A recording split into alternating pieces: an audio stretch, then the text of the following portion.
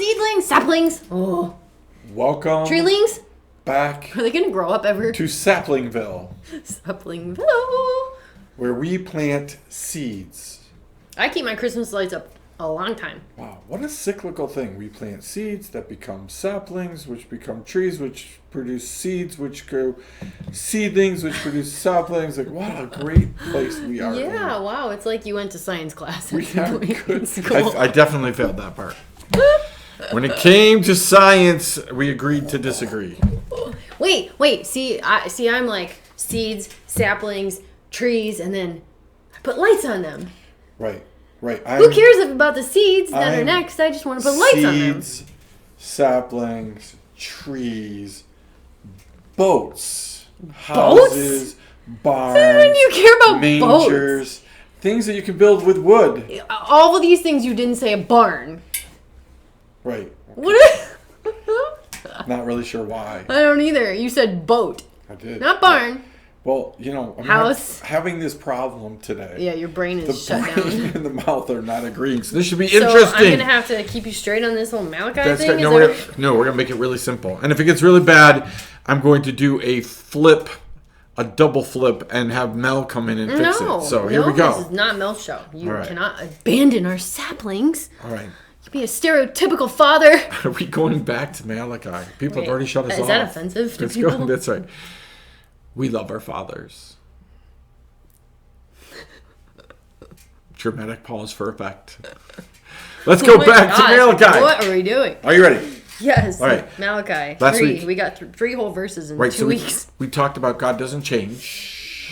Right. Nope. We talked about robbing God. Yep. Right. That's a lot of. And now we get to talk about my favoriteest part of this, right? Which is found in the rest of it. So you probably better read like 6 through 12 again.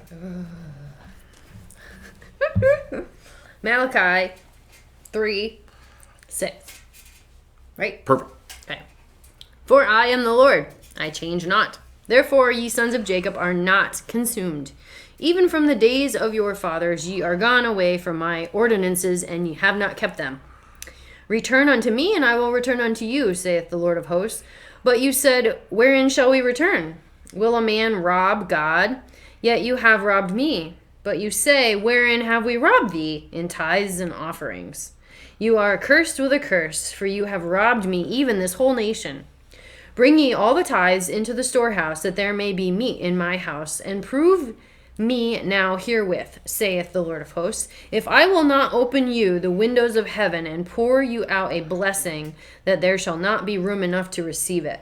And I will rebuke the devourer for your sakes, and he shall not destroy the fruits of your ground, neither shall your vine cast her fruit before the time in the field, saith the Lord of hosts. And all the nations shall call you blessed, for you shall be a delightsome land, saith the Lord of hosts. Perfect. So let's make this super practical for seedlings. You ready? My brain is suddenly working. Go. God said, call my bluff. There you go. Right? God said, here's the deal. Right? Here's the way this works. You plant a little bit. Right? Bring your full tithe, a little bit, to the storehouse. Right? Fill the storehouse and watch me make it grow.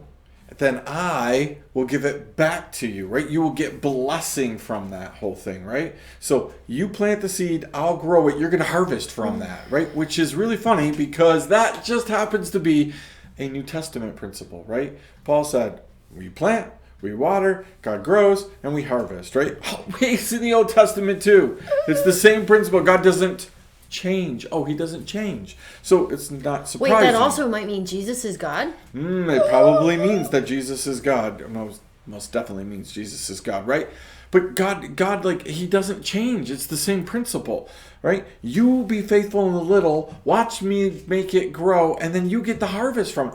This is a really good deal, ladies and gentlemen, for us. Just kind of. Right? We just plant and water. God does all the hard stuff. And then he says that at a certain point, then you can harvest it, right? But he adds into there's another little caveat. There's another little thing here that isn't little in nature, right? He reminds us of what he also reminds us in the New Testament, which is you have an enemy who's a devourer, right? That's what he calls him. And I will keep the devourer at bay if you do this, if you're obedient, so that he's not going to destroy that which you're growing. Listen, seedlings, you have an enemy, and he's out to destroy you. Yep. Right? Saplings, you have an enemy, he's out to destroy you. Full-grown trees, you have an enemy, he's out to cut you down. Giant redwoods, right? you have an enemy. Does really want you to be turned into a boat. Sawdust. Right? It's what he wants. No, he doesn't want them to be a boat. He I- wants them to literally be dust. That's exactly right. Not even a nice shiny boat. So we look at this whole little principle. There's two principles in here that the New Testament talks about and warns us about and says, hey, here's the way it works. In the Old Testament, we see God saying the same thing. Put me to the test. Yeah. I dare you. I love that. Call my bluff, right? Call my bluff on this whole thing. You give, and if it doesn't work out, well, then guess what? You've just proven that God's a liar and God's not God, and you've done all the atheists and everybody else a favor that they've been waiting for years and years and years. But I'm betting that God is betting on himself and not on you. All right? God is saying, I know what I'm going to do. It's you. It's you that has the problem. Are you going to grow for me? Are you going to do all the things that will turn you from a seed to a sapling to a tree? Are you willing to do those things so that you can then produce fruit for a harvest? Well, and let's just be clear for our seedlings. Mm-hmm. You know, if you're just trying to use God as like a giant stock market, that's not exactly what he means, right? Like he's not just saying like, you know, if you're just trying to like make a ton of money or something, and you're gonna be like, well, I'm just gonna like pass out $100 bills, and God's gonna dump a dump truck of $1 million on my lawn. That's not what he's talking about. That's not gonna go that way. He's not. He's telling you to test him as an act of faith, not as a like, you know, internet prosperity preacher who just says, you know, give me all your money and the Lord will send you double, all that kind of stuff. It is a faith thing. He wants you to have faith in knowing that, you know, that you can trust him to take care of you in these things.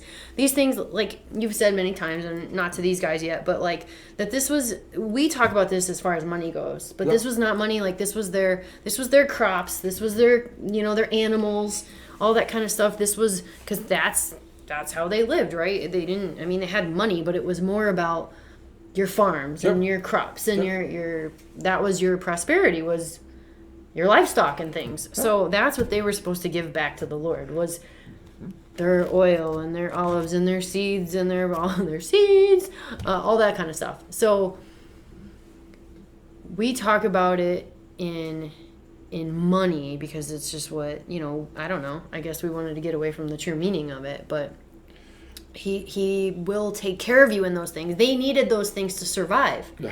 Right? And we always say, like, God will provide the things that you need, which is the food, the shelter, the clothing, right? You'll have the things that you need. That doesn't mean you'll have an overabundance. Yep. But he's saying, understand, first of all, it's all mine anyway. Yep.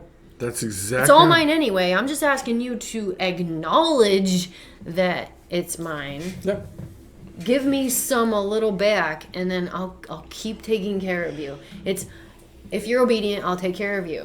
He doesn't have to do any of this. Absolutely. Look, he deserves it all anyway. Just right. like you said, I love how you put it together. All his. It's super important for us to understand.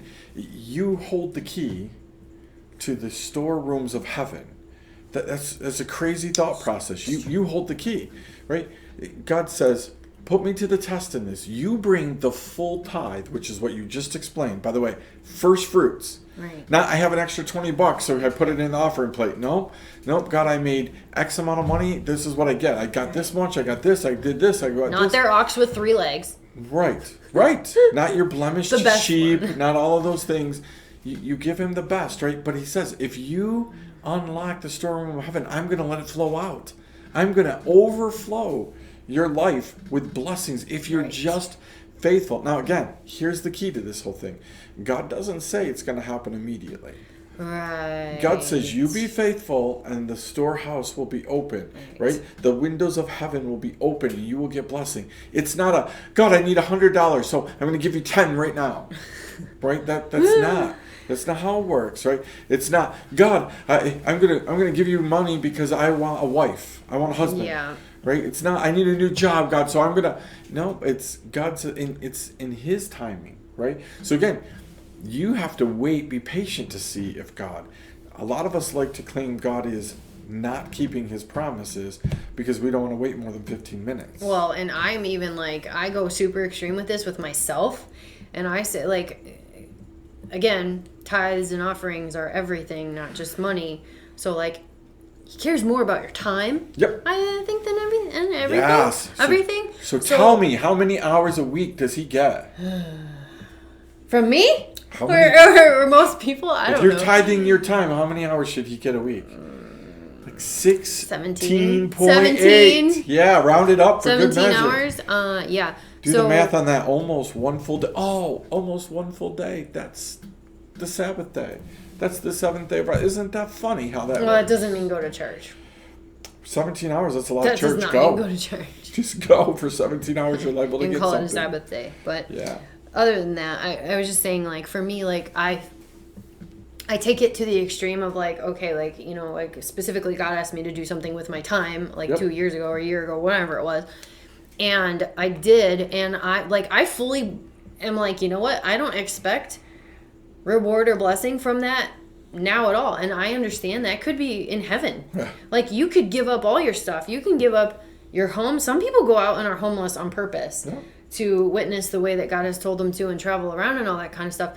Maybe that means, like, you get a way better plot of land in heaven. Yep. Like, I have no idea. But I'm not going to assume it's going to be right now. Like, He says He'll reward you. He will pour it out. It is fact. It does not mean it is while you're here Yep. doing this. Yep. And, like, people need to understand that. Like, it isn't instant gratification. It's not a slot machine. It's not a gumball machine. Yep.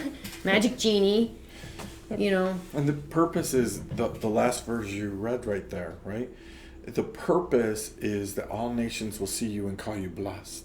The purpose Right. is that as God blesses and as God does stuff, right? Again, we're not talking about just stuff blessing, right? We're talking about joy in your life. We're talking about peace when you shouldn't have Right. peace. We're talking Right. about Right. comfort when you should be comforted. We're talking about all of these things, right? Protection when you shouldn't be protected.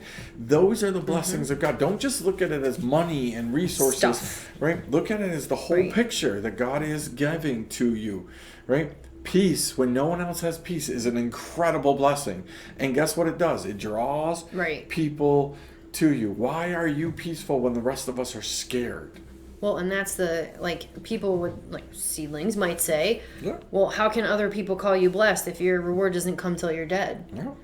Because if you are actually going to get the reward when you're dead and you're in heaven, and you are doing it for the right reasons, then you, again, they do see that. Yep. They might not see, people don't see the details always of your blessing. Yeah. Like, it doesn't all look materialistic on the outside. Like, it doesn't always manifest in a way that everybody could see it. But if you are doing it for the right reasons, then you should be happy and have that joy Yeah. while you're walking around knowing that it's coming. Yeah. Right? So they will be able to see you and call you blessed without knowing the detail of the blessing. Yeah, and that's the whole idea, is that they see that you're blessed and they come and ask you, why are you blessed? And then you tell them. Right. Not because you're waiting for a big boat in heaven. Right. Mary got called blessed of all women. Why? Because she was carrying Jesus around. Yeah. Right? What a great thing for us. Why do we get called blessed? Because we're carrying Jesus around. Yeah. Fantastic. You better wrap it up. We could talk all day about this. And I woke up and now I'm excited about it. Call God's bluff. Ooh. How about that? Love it. Call his bluff Just for go the ahead. right reason. Don't do it because you want to see a big check come in the mail. And don't do it so you can, like, show off or be like, look at me. Yep. Don't do it. And keep it a secret even. You know, do it. Like, you're not supposed to be giving and doing all these things so you can show other people. Right. It's supposed to be because you love God. You're supposed to do this because you have faith in Him to take care of you and because you love Him. It's not about showing people and telling people and doing all the things. Yep. And it's not about what you get out of it. Just know, like, He's God. Know His word. Know He's God. Know He's going to bless you. And know that if you love Him the right way, just like when you love anyone the right way, then there is great blessing out of that. So Like large donuts. yeah, extra large triple donuts. Fantastic. See, God knows sometimes it's just little things that make people happy. Super happy. Like donuts. Super, super happy. All right, saplings. Happy New Year. It's sometime around there, so Happy New Year. Happy New Year. Happy New Year, saplings. Maybe next year you'll graduate to trees. Time for a new show. A new show. All right, guys. Have a great week.